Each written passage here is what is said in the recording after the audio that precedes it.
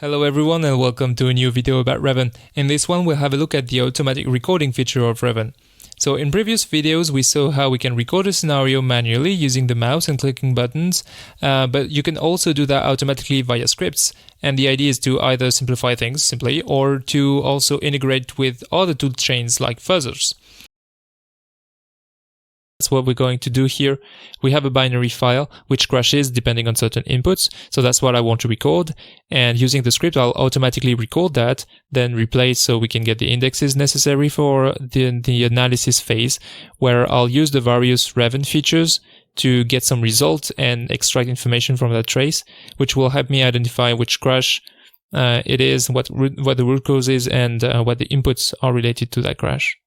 And this feature is actually a combination of both an API, which allows you to control the project manager, which is this web UI there, to create scenarios and delete them and everything, and also some virtual machine introspection, which helps you start and stop the scenario just around events happening in the virtual machine which are of interest. As part of the default Reven install, we provide a base script which wraps around this feature and helps you is meant as a starting point for you to integrate further with your toolchain. And the script allows you to select a virtual machine, a local binary to record, and we'll start that and see what happens. Since the Reven instance in this case is running locally on my machine, the virtual machine pops up because it started. We restore the live snapshot there and upload this file via the CD-ROM as we usually do manually. This time the auto run feature of the VM is configured, so the binary starts. And here is our virtual machine introspection status, and it's waiting for the right process to start. And when it sees it, it starts recording, and when the process stops or crashes, it stops the recording. Afterwards, once that's done, we need the replay phase before we can do anything, so the scripts will start that automatically.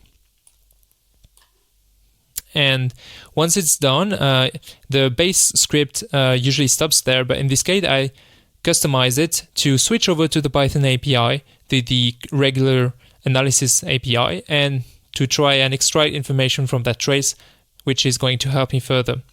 In this case, I know that my trace will contain a crash, so I look for it, I find the instruction causing the crash, and I can even show the backtrace.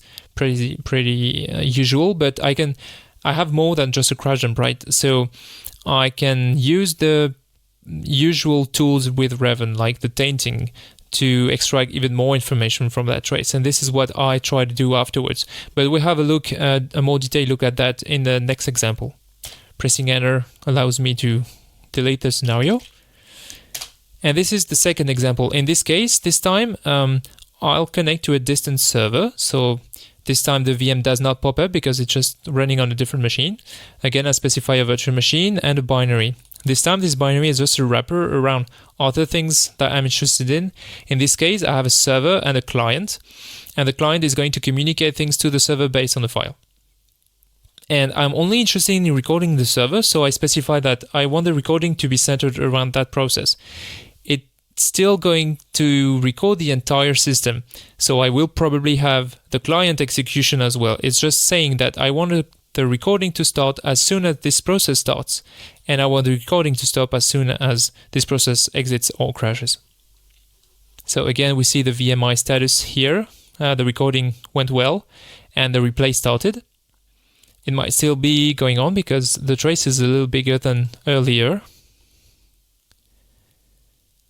And so you can see there that we don't replay the strings. Actually, the script allows you to fine-tune this kind of detail, because in this case, I know that my algorithm is not going to need this data, so I just ignore it and save some time. The analysis phase can take over now that the replay is over. Again, I look for a crash. This time it's a page fault because of a faulting address. This is obviously not a valid address. And as before, I can taint that value backwards and see where it's coming from. And in this case, it's actually pretty interesting. We see that the value was the reference in the server, but went from the client via the network. This is a network driver. We showed the backtrace just to give you some detail about which call was actually moving the data around, again from the client through another network driver, and finally from the client in a memcopy called by anti-read file. So we know that this data there that caused the server to crash went from the client from a file that was called mycorruptedfile.data. So this example here is pretty simple, but it's just to give you an idea of the kind of environment you can record automatically, especially when you're integrating with a fuzzer. Extracting this kind of data automatically might help you triage even further your crashes and reduce the amount of work you have to do manually. Okay, so I hope you learned something new today, and as always, thanks for watching.